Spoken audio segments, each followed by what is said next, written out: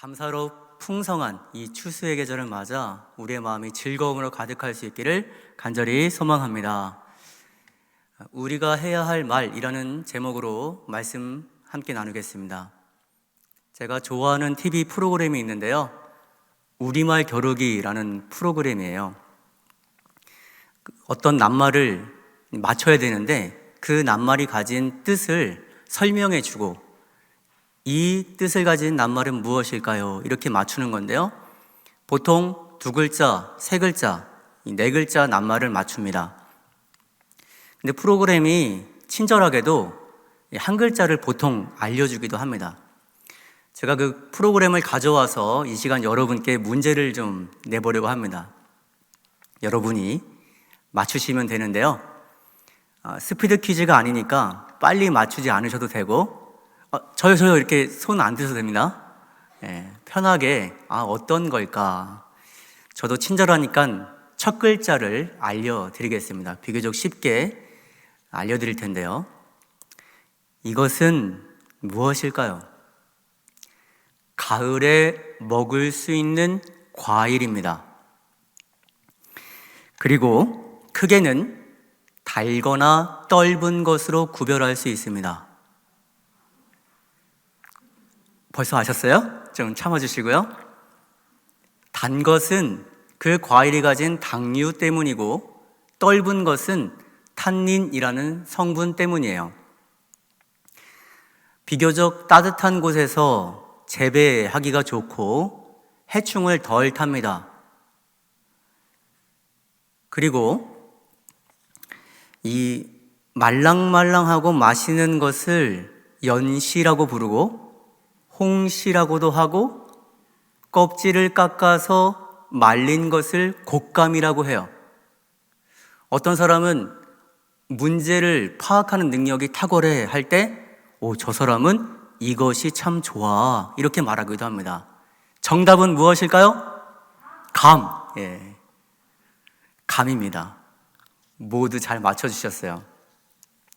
자, 이제 제가 드릴 진짜 문제인데요. 이건 좀 어려우실 거예요. 2글자인데 첫 글자가 감입니다. 여러분, 제가 어떤 문제를 내는지 이번에도 맞추실 분은 마음속으로 손을 들고 정답 이렇게 하면서 이거구나 맞춰보시기 바랍니다. 자, 2글자의 이것, 헬라어로는 유카리스티아라고 합니다. 좋다라는 뜻을 가진 유와 은혜라고 하는 카리스가 합쳐진 말입니다.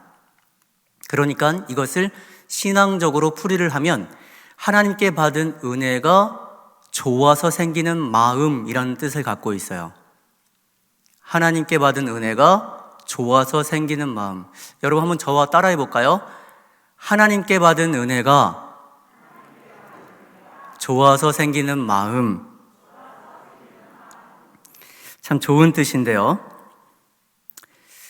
여기 은혜라는 단어가 등장했으니까 제가 은혜는 알려드리겠습니다. 은혜가 무엇일까?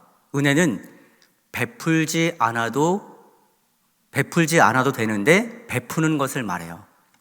베풀지 않아도 되는 것을 베푸는 것, 그것이 은혜입니다.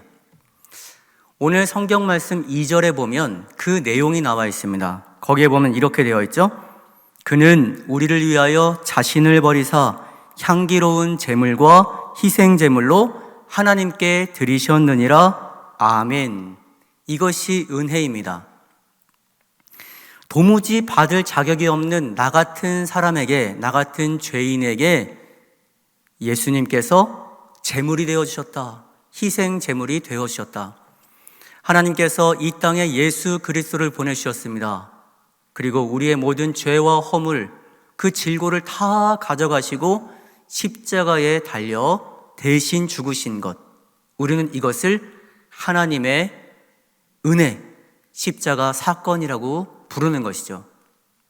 그러니까 이 하나님의 사랑과 그리고 하나님의 구원하심과 이 모든 것들이 기록된 기쁜 소식이 복음인데 이 모든 것들을 아우르는 말이 은혜라는 말이에요.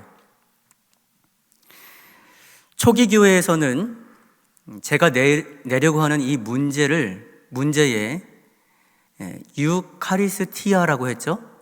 근데 이것을 성찬으로 불렀습니다. 그러니까 성찬, 예수님께서 제정하신 너희는 떡과 포도주를 먹어라, 그 안에 이 마음이 녹아 있어야 합니다. 우리는 떡과 포도주를 나누며 예수님께 이것 해야 하죠. 자, 이제 정답을 맞춰볼까요? 정답은 감사입니다. 여러분 모두 100점입니다. 다 맞출 줄 알았는데요. 하나님께 받은 은혜가 좋아서 생기는 마음, 바로 감사입니다. 히브리어로는 야다라고 해요. 고백하다라는 뜻이 있습니다. 쉽게 설명을 해드리면 신앙적으로 하나님께 받은 은혜가 정말로 감사해서 너무나도 감격스러워서 고백하지 않으면 안 되는 것, 그것이 바로 야다, 감사라는 거예요. 우리 라온 중창단이 찬양 하나님께 영광 돌렸잖아요. 이게 하나님이 주신 은혜를 생각하니까 주의 장막에 거하기를 바라며 노래하고, 하나님의 은혜를 생각하니까 그 사랑을 찬양할 수밖에 없어서 노래가 막 나오는 거예요. 이 감격하는 마음이 흘러넘쳐서 고백하는 것, 그것이 바로 감사라는 것이죠. 시편 100편 4절 말씀에 이런 말씀이 있습니다. 감사함으로 그의 문에 들어가며 찬송함으로 그의 궁정에 들어가서 그에게 감사하며 그의 이름을 송축할지어다. 아멘. 이 말씀이 갖고 있는 뜻을 우리가 묵상해 보면 성전에 올라올 때부터 이미 우리의 마음은 무엇을 해야 합니까? 감사해야 한다는 거예요.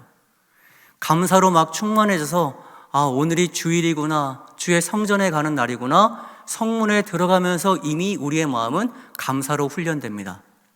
그리고 이 예배를 드릴 때 하나님의 은혜에 감사하여, 감격하여 찬양이 터져나오고요, 기도하고요, 그리고 하나님의 은혜에 감격하여 예배 드리는 것, 이 모든 것 안에는 가장 크게 감사의 마음이 녹아있는 것입니다. 여러분, 어떠한 마음으로 교회 오고 계신가요? 혹시 회의하러 오시는 분 안 계시죠? 목소리 높이러 오시는 분 없을 거예요. 우리가 교회에 오는 이유, 성전에 오는 이유는 딱 하나입니다. 하나님의 은혜에 감사하여서, 하나님의 은혜에 감사합니다 고백하기 위해서 우리는 주님의 은혜 가운데 살고 있음을 함께 모든 성도와 나누기 위해서 이 성전에 오는 것입니다. 이것이 가장 큰 제1의 목표예요. 그 제1의 목적입니다. 그 외에 나머지는 다 부수적인 것들입니다. 아까 그 시편 말씀에 이 성전에 나오면서 찬양해야 하고 노래 불러야 하고 그러한 말씀이 있었잖아요. 여러분 한번 생각해 보세요. 노래는 언제 나올까요? 노래는 언제 나올까요? 노래는 내 마음에 감사가 넘칠 때 나옵니다. 반대로 감사의 마음이 하나도 없잖아요? 노래가 나올 수가 없습니다. 내 마음이 무엇인가 불편하고 무엇인가 해결이 안 되고 괴롭고 그러면 노래가 안 나옵니다. 말씀을 읽어도 이게 무슨 말씀인지 나한테 안 들어오고 지금 내가 받은 은혜가 기억이 안 나고 그냥 그 괴로운 상태에 머물러 있게 됩니다. 얼굴은 어두워지고요, 웃음은 사라지고요, 그리고 그렇게 계속 반복하다 보니까 내 마음이 황폐해지는 것입니다. 그 황폐해지는 것이 무엇이냐? 감사가 없을 때 노래가 안 나온다. 이것을 우리는 기억해야 하는 것입니다. 제가 말씀을 준비하면서 책도 보고 자료를 모으면서 이런 생각이 들었습니다. 그렇다면 나는 그런 고백을 하고 있을까? 나는 그런 고백을 하고 있을까? 오늘 추수감사주일이라 성도님들과 함께 결국은 감사라는 주제로 말씀을 나눠야 하는데 내가 먼저 감사하고 있을까? 네, 감사하고 있습니다. 답이 안 나오는 거예요. 하나님의 은혜가 내 가운데 차고 넘쳐서 내가 먼저 감사로 준비되어야 하는데 나는 그런 고백을 하고 있을까? 나는 환한 웃음을 지금 지고 있을까? 답을 찾을 수가 없었습니다. 그러다가 만난 글귀가 하나 있습니다. 이런 글귀를 만났어요. 감사도 연습이 필요하다. 감사도 연습이 필요하다. 나는 매번 감사를 연습하고 있는가, 훈련받고 있는가? 지나고 생각해 보니까 감사를 잘 연습하고 있지 않다라는 것이죠. 여러분, 투수가 이 스트라이크를 꽂아 넣으려면 수백 번, 수천 번 던져서 연습이 돼야 넣을 수 있습니다. 타자는 수만 번 휘둘러 봐야 정확한 타이밍에 쳐서 홈런을 때릴 수가 있는 거예요. 제가 1층 사무실을 이제 지나가는데요. 들어가서 딱 보니까 거기서 마스크를 만들고 있는 거예요.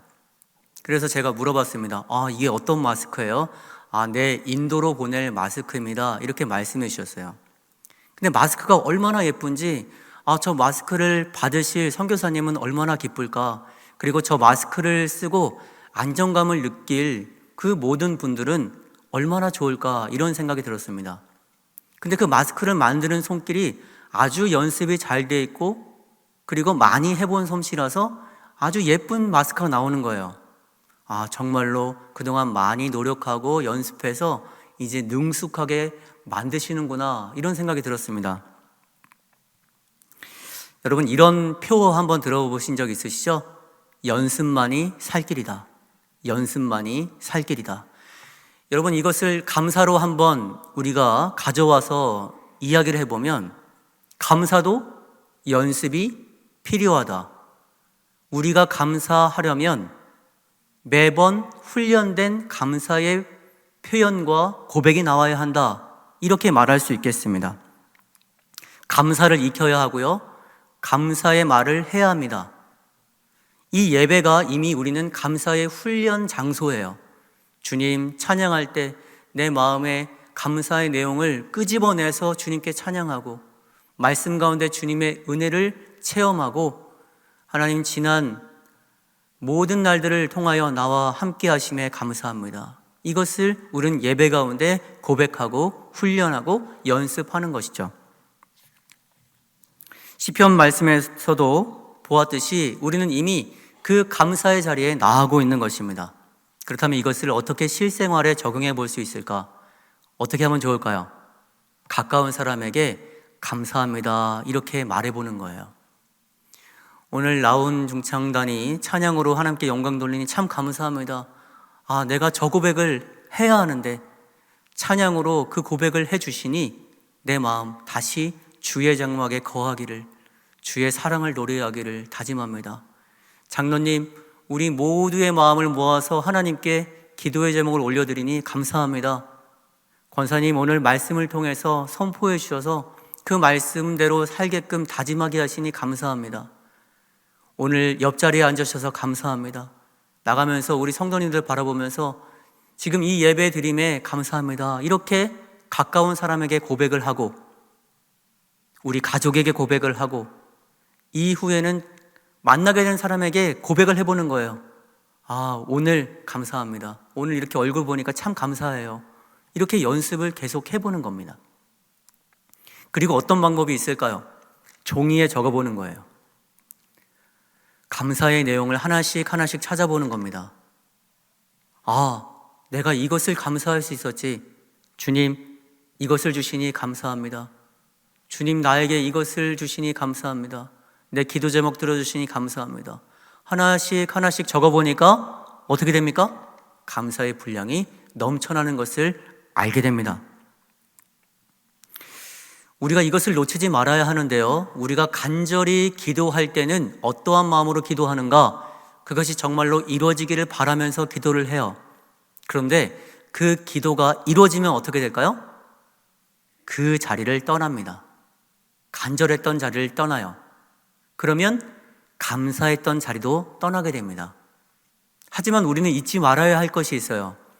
간절히 기도했던 그 자리에 머물러 있어야 합니다. 그러면서 그 기도를 들어주신 주님 감사합니다. 우리가 기도한 것, 여러분 기도 제목 하나하나 돌이켜보면 하나님이 이루어 주신 것도 참으로 많다는 것을 알게 됩니다. 그 자리를 놓쳐서는 안 돼요. 그 자리를 절대로 떠나서는 안 됩니다. 왜냐하면 그 자리만 포기하지 않으면 우리는 이미 하나님께 내 마음이 감격스러워서 노래가 나오지 않을 수 없고 기쁨이 나오지 않을 수 없는 것입니다. 제가 그림 하나를 준비했는데요. 여러분, 이 그림을 한번 볼까요? 어떤 그림일까요? 여러분, 이 그림이 뭐죠? 바로 하루의 계획을 세워볼 수 있는 표입니다. 몇 시에 일어날까? 아침은 언제 먹을까? 아침과 오후, 저녁에는 어떠한 계획을 세워볼까? 그 계획을 세워볼 수 있는 동그란 시간표입니다. 오늘은 교회의 절기에 따라서 1년 중에 지난 모든 한 해를 되돌아보며 감사하기로 다짐하는 그러한 복된 날입니다. 그렇다면 오늘 하루 주어진 24시간 내가 할 수만 있다면 무엇을 해야 하는가? 감사를 해야 하는 것입니다. 감사를 해야 하는 거예요. 그리고 오늘을 잘 채웠다면, 여러분이 오늘만 잘 채우면 내일도 채울 수 있습니다. 모레도 채울 수 있어요. 일주일 후에도 채울 수 있습니다. 한 달도 채울 수 있습니다. 그렇게 채워나가면 우리의 감사의 분량은 책을 쓸 수 있을 정도로 될 거예요. 여러분, 우리가 신앙인으로서 한번 이렇게 고백해 봅시다. 오늘 하루를 돌아보는 거예요. 24시간 잠에서 깰 때, 눈을 떴을 때 여러분 어떤 고백을 하셨습니까? 하나님, 오늘 나에게 생명 주신 것 감사합니다. 감사합니다. 여러분 식사하고 오셨나요? 하나님, 일용할 양식 주시니 감사합니다. 감사합니다. 오늘도 우리 가족들이 이렇게 밝은 빛으로 보게 하시니 감사합니다. 오늘 성전에 나와 예배 드릴 수 있는 건강과 힘을 주시니 감사합니다. 감사합니다. 예배 드리며 주님의 말씀을 듣게 하시니 감사합니다. 아직 내 귀도 아주 쌩쌩하고 주님, 아직도 이 말씀을 볼 수 있으니 감사합니다. 감사합니다. 우리가 신앙적으로 감사를 고백한다면 충분히 그 감사의 내용을 찾을 수가 있습니다. 다만 우리가 부족한 것은 무엇입니까? 우리가 그 감사를 벗어날 때, 우리가 그 감사의 자리를 떠날 때, 그때 감사의 내용을 찾기 어렵게 되는 것입니다. 우리가 해야 할 말, 우리가 함께 찾아보고 있는데요. 오늘 말씀에 보면 사도 바울은 우리가 해야 할 말을 방해하는 것들이 있다고 말합니다. 우리 3절 말씀을 볼까요? 3절에 보면 이렇게 되어 있습니다. 음행과 온갖 더러운 것과 탐욕은 너희 중에서 그 이름조차도 부르지 말라. 이는 성도에게 마땅한 반이라. 아멘. 우리가 하나님께 은혜를 거저 받았잖아요. 그 감격과 고마움이 어디서 나옵니까? 내 마음에서 나와요. 그러니까 감사가 태어나는 곳은 내 마음입니다. 하나님의 은혜를 성경을 통해, 말씀을 통해 알았다면 이제 내 마음에서 감사가 태어납니다. 근데 오늘 말씀에 보면 음행과 더러운 것과 탐욕은 어디서 태어납니까? 그것도 내 마음에서 태어날 수 있어요. 그러면 우리가 알아야 할 것은 감사와 그 온갖 더러운 것은 함께 내 마음에서 공존할 수 있다는 것입니다. 여기에 뒤엉켜 살 수 있어요. 이렇게 한번 생각해 볼까요? 여러분, 한번 여기를 보세요. 이만 어마어마하게 큰 수영장을 준비하겠습니다. 이 수영장의 크기가 얼마나 크냐면 축구장 100개를 합친 크기고 깊이는 20m 되는 깊이예요. 여기에 무엇을 채울 거냐면 바둑알 만한 검은색 하트를 채울 것입니다. 이것을 채우는데 얼마나 걸렸냐면 1년이 걸렸어요. 1년이 걸려서 검은색 하트를 가득 채웠습니다. 그리고 오직 딱 하나 짙은 빨간색 하트를 그 안에 넣겠습니다. 그리고 뒤섞어 보았어요. 이것을 아무도 못 본 사람에게 저 안에서 빨간색 하트를 찾아보세요. 여러분, 그 빨간색을 찾을 수 있을까요? 찾기 어렵습니다. 찾기가 어려워요. 너무나도 그 검은색 하트가 많기 때문에 찾기가 어려운 것입니다. 반대로 한번 이렇게 생각해 보겠습니다. 여러분의 마음속에 빨간색 하트 하나를 넣어 보겠어요. 그리고 어떤 사람이 이렇게 말하는 거죠. 당신에게 있는 그 빨간색 하트를 나에게 주시겠습니까? 자, 그러면 내 안에 빨간색 하트가 있는데 이것을 꺼내주면 되잖아요? 근데 딱 꺼냈습니다. 근데 무슨 색이 나와요? 검은색이 나오는 거예요. 이게 뭐지? 그래서 빨간색이라고 생각해서 딱 꺼냈습니다. 근데 무슨 색깔이에요? 검은색인 거예요. 여러분, 이 빨간색 하트가 감사라고 여러분 생각해 보세요. 하나님께서 나에게 이렇게 묻습니다. 사랑하는 누구야? 오늘 추수감사주일 네가 감사하기로 작정하여 나왔구나. 빨간색 하트 감사를 꺼내볼래? 제가 딱 꺼냈습니다. 근데 검은색 하트가 나오면 하나님이 어떻게 반응하실까요? 꺼내도 계속 검은색이 나와요. 이것은 우리 신앙인의 모습에서 안타까운 일이 될 수밖에 없는 것입니다. 그렇다면 여러분, 이 빨간색 하트를 꺼낼 수 있는 방법이 있습니다. 어떤 방법이 있을까요? 정답은 내 안에 빨간색 하트만 있으면 되는 거예요. 빨간색 하트만 있으면 되는 겁니다. 내 마음에서 태어난 감사와 내 마음에서 태어날 수 있는 음행과 더러운 것과 탐욕이 있다면 오늘 사도 바울은 3절에 뭐라고 말합니까? 더러운 것은 그 이름조차 부르지 말라. 더러운 것은 그 이름조차 부르지 말라. 그것이 마땅한 반이라. 그것을 검은 하트를 다 없애버리면 빨간색 꺼내 보세요 하면 바로 꺼낼 수 있다는 것입니다. 자, 우리가 오늘 말씀을 통해 보면 4절 말씀에도 이렇게 되어 있습니다. 4절 말씀 한번 보실까요? 사도 바울은 4절 말씀에도 누추함과 어리석은 말이나 희롱의 말이 있다라고 말합니다. 이것은 마땅치 아니하니 오히려 마땅치 아니하다 이렇게 말합니다. 자, 여러분, 이것을 좀 쉽게 말하면 어떤 것이냐면 더러운 말과 어리석은 말과 상스러운 농담이에요. 이것은 하지 말아라. 불필요한 것이다 라는 것이죠. 만약 4살짜리 아이가 입에서 상스러운 말을 하면 어떨까요? 4살짜리 아이가 더러운 말이 막 입에서 나옵니다. 그러면 우리는 그 말을 들을 때 어떻게 하면 되죠? 그런 말 하면 안 돼. 그런 말 하면 옳지 않은 거야. 이렇게 알려줘야 합니다. 그것이 훈육이에요. 좋은 부모라면 그렇게 훈육할 것입니다. 근데 우리의 입에서 그러한 상스러운 말과 더러운 말과 그리고 그 모든 어리석은 말이 나오면 어떻게 되겠냐? 이것이죠. 그런데 우리가 이 한 번 걸러내서 말하는 것을 참 어려워합니다. 정제해서 말하는 것도 참 어려워해요. 그리고 사람들과 같이 있으면 우연치 않게 상스러운 말이 나올 때 나도 내가 알고 있는 것을 좀 얘기해야 되나? 그래야 어울릴 수 있나? 그렇게 말할 때도 있습니다. 그리고 누군가를 욕할 때 누군가를 욕하는 말을 나도 해야 하나? 그래야 내가 이 사람과 친하다는 것을 보여줄 수 있나? 그렇게 더러운 말이 나올 때도 있습니다.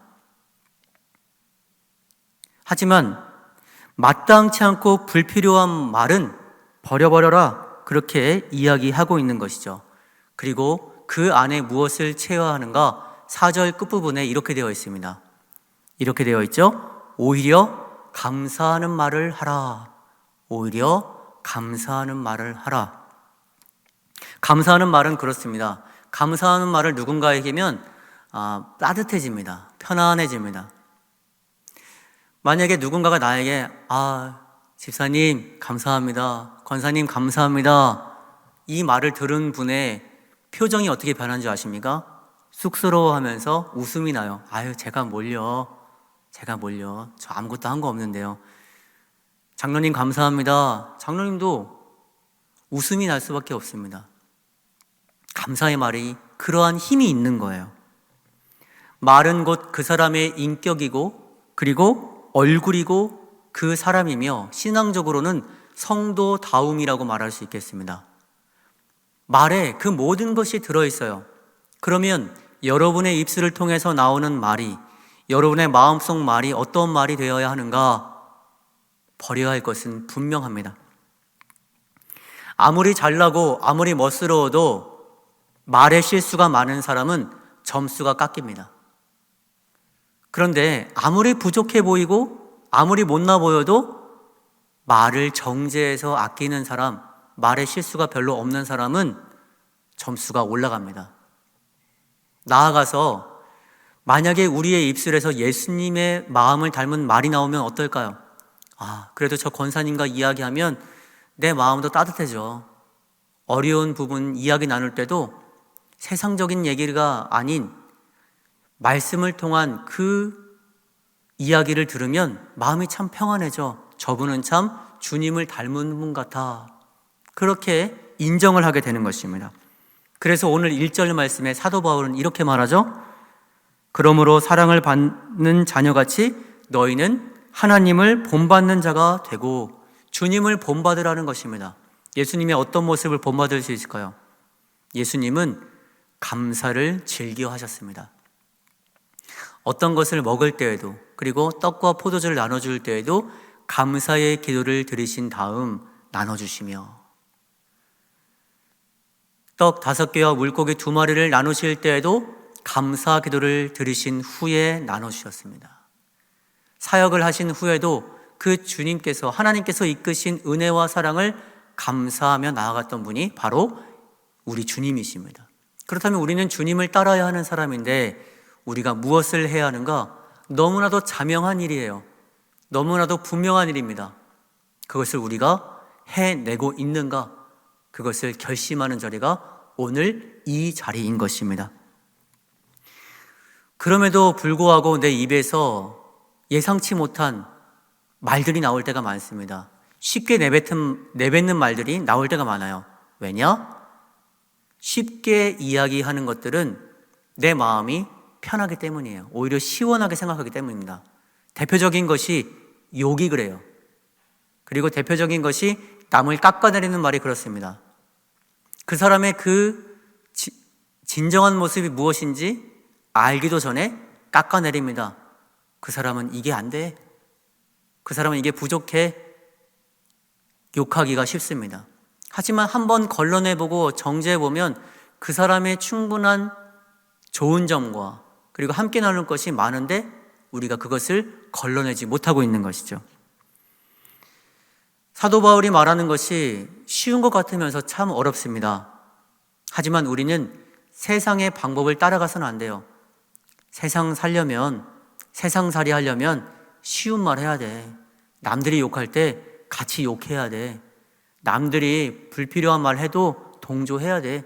그게 세상 사는 건데 이렇게 하면 안 되는 것입니다. 사도 바울은 그래서 분명하게 이렇게 말하죠. 7절 말씀에 그들과 함께하는 자가 되지 말라. 그들과 함께하는 자가 되지 말라.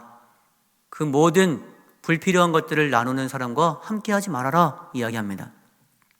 그러면 이제 안 하면 되는데 그럼에도 불구하고 불필요한 말들이 그러한 마음이 내 마음에 생긴다면 어떻게 하면 좋을까요? 제가 방법을 한 가지 알려드리겠습니다. 그것은 무엇이냐면 마음 한켠에 치워놨던 물건을 가져와야 해요.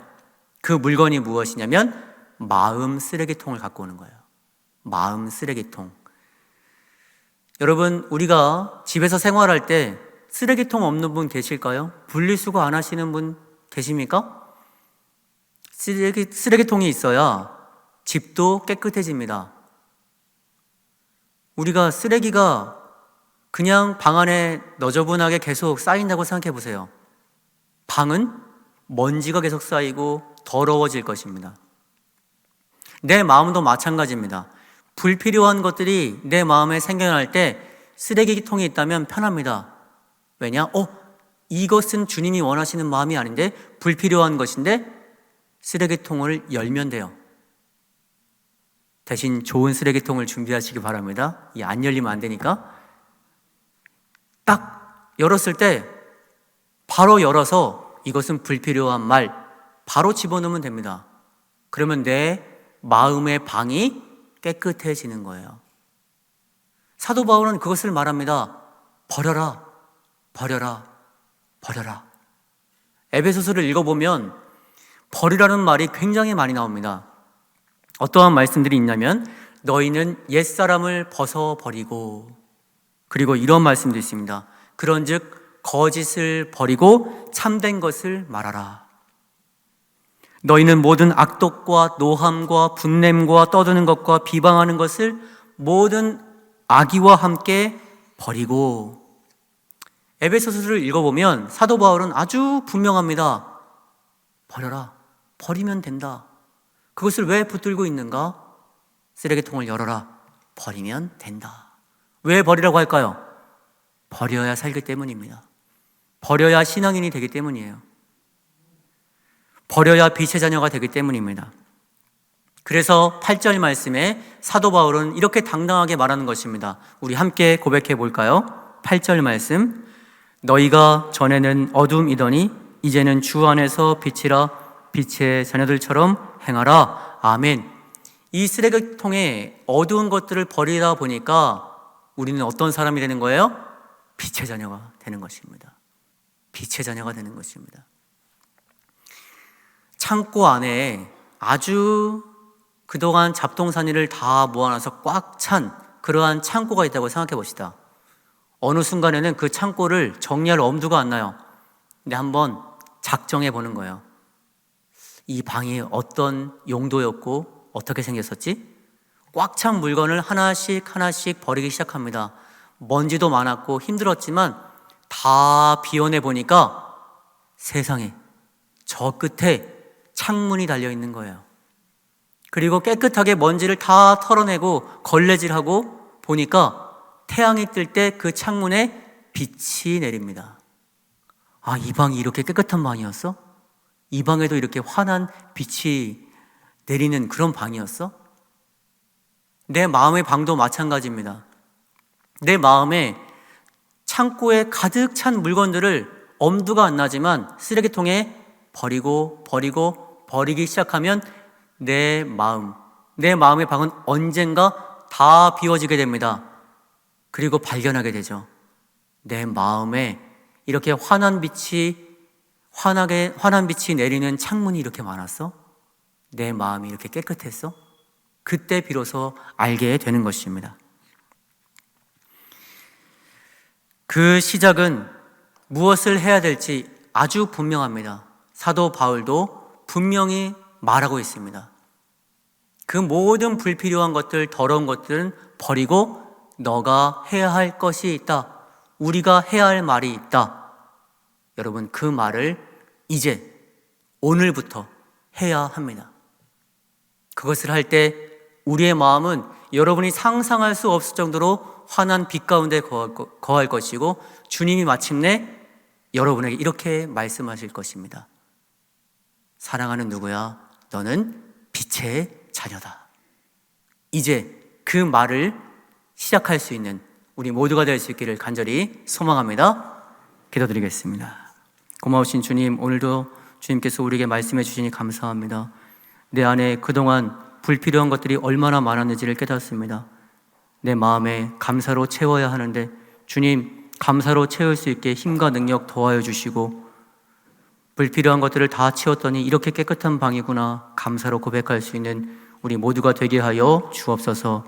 추수감사주의를 맞아 지난 한 해 돌아보면 주님께서 언제나 함께 하시고 인도하시고 이끌어 주셨는데 그 은혜를 기억하며 내일도 모레도 이제 앞으로 매일매일 그 감사를 주님께 드리며 고백하며 나아가는, 그래서 우리의 마음에 찬양과 기쁨이 넘칠 수 있는 은혜 더하여 주옵소서. 예수님의 이름으로 기도하옵나이다. 아멘.